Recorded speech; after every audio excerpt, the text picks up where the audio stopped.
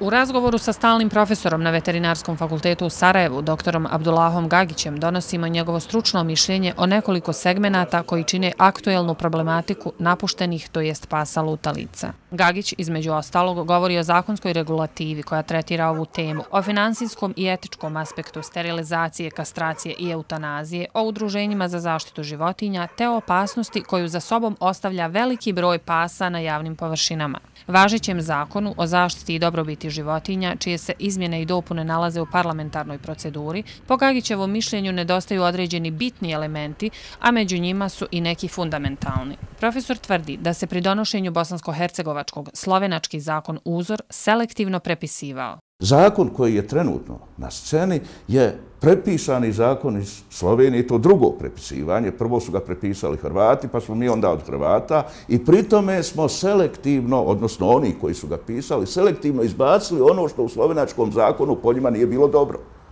A to što u slovenačkom zakonu nije bilo dobro jesu opcije šta ako ne mogu to uraditi.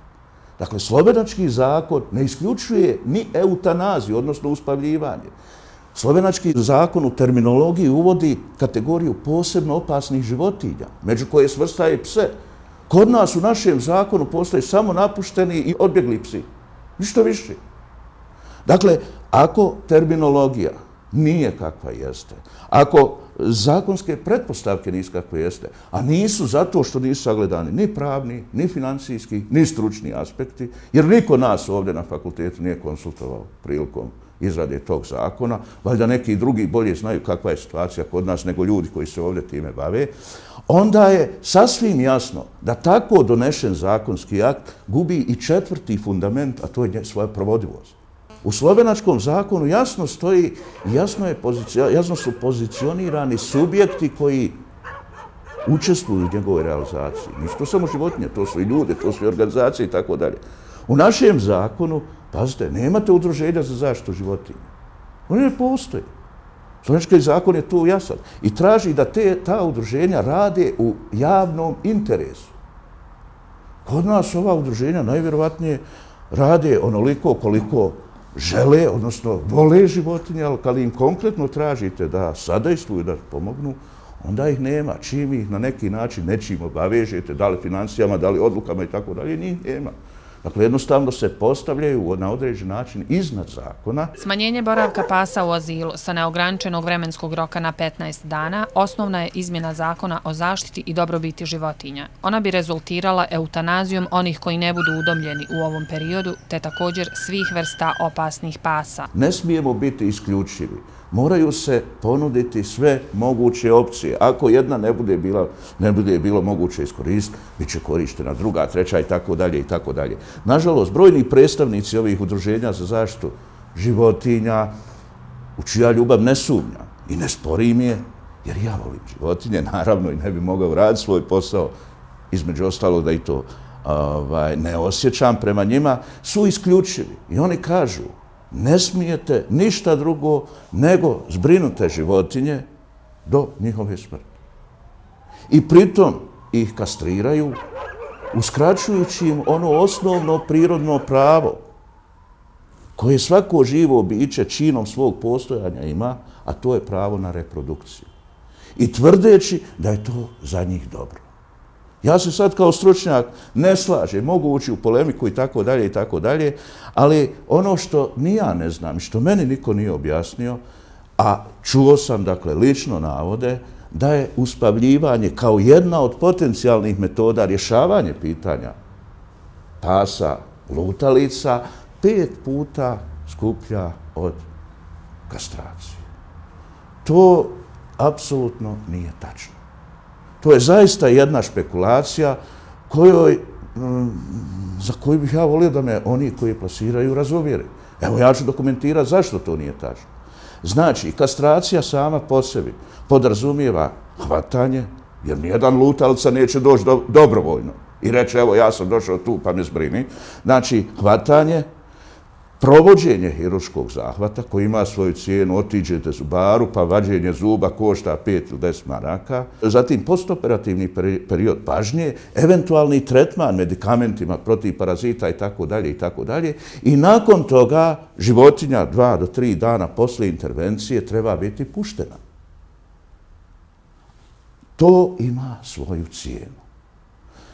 Ako koristite uspavljivanje kao moguću metodu, nakon što ste ispucali sve druge metode, znači imate životinju sa kojom ne znate šta ćete, koja potencijalno može živjeti do 15 godina, pa čak i više, onda vi imate sljedeću računicu. Ta životinja će imati direktne troškove prilikom kastracije i postoperativne pažnje, puštanja, imat će dnevno produkciju, odnosno potrebe u hrani. I nakon toga, nakon 5-10 godina, nakon 5 mjeseci, ta će životinja uginuti, njen leš će postati isto tako nešto što se zove organski, biološki materijal koji treba na odgovarajući način zbrinuti. Kad to sve rekapitulirate, onda se postavlja pitanje, zar ako nemamo nikakve druge metode, ako ta životinja zaista, nažalost, zbog ljudske gluposti, nema šansu da doživi svoju prirodnu smrt, nego radi nas, ljudi za koje priznajem da smo generirali ovaj problem utalica,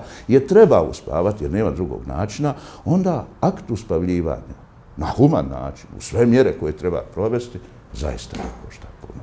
Nakon toga vi ćete samo imati leš kao organski otpadni materijal koji opet treba na odgovarajući način zbrinuti, kao i u slučaju sterilizacije, ali nećete imati one ogromne količine animalnog otpada koje ćete imati. Ako ovo nije tačno, ja bih volio da mi dođe neko i objasni kako su uopšte došli do 5 puta niže cijene. Sve ovo što se radi u trenutnim akcijama tipa uhvati, steriliši i pusti, što je za mene kao čovjeka koji se bavi između ostalog i dobrobiti životinja, klasičan primjer hipokrizije čovjekove. Dakle, u svim tim akcijama se zaboravlja na jednu činjenicu, da je treba platiti. I vrlo često javnost svu pažnju fokusira na veterinarsku službu, a pritome se ne osiguraju dovoljni izvori prihoda.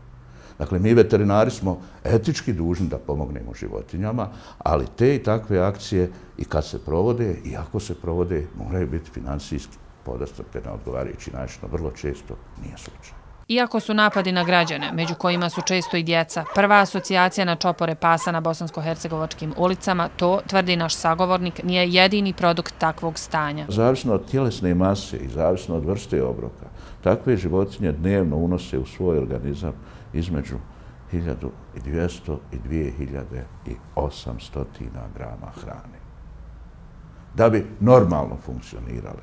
Istovremeno, dakle, u istom periodu, toku jednog dana, moraju unijeti između 600 ml i otprilike 2,5 litra vode. Za pretpostavite da azil prosječne brojnosti 200 pasa smještenih, i to ne doživotno, nego po sistemu po kome se radi u zemljama Evrope u kojoj se ugledamo, producira u ukupnim dnevnim količinama negde oko 250 kg otpada, animalnog otpada, direktnog iz organizma tih životinja. Znači, otprilike na fece se otpada oko 100 kg, a na urin otpada oko 150 kg, odnosno litara vode. Ove količine se, znači, negde pohrane, negde deponuju. Azil bi trebao da ima odgovarajuće objekte u kojima će se te otpadna materija zbrinuti, ali molim vas, ako se govori o lutalicama, onda se ta otpadna materija nekontrolirano distribuira u slobodnom prostoru, na našim parkovskim površinama, na našim ulicama, uz naše kuće, u našim baštama i tako dalje i tako dalje. Zavisi gdje te životinje dospiju i one, dakle, za 4 dana otprilike produciraju, 200 pasa će producirati on otpad koji negdje treba zbrinuti. U tom animalnom otpadu, kao ekološkoj bombi, nalazi se i biološka bomba.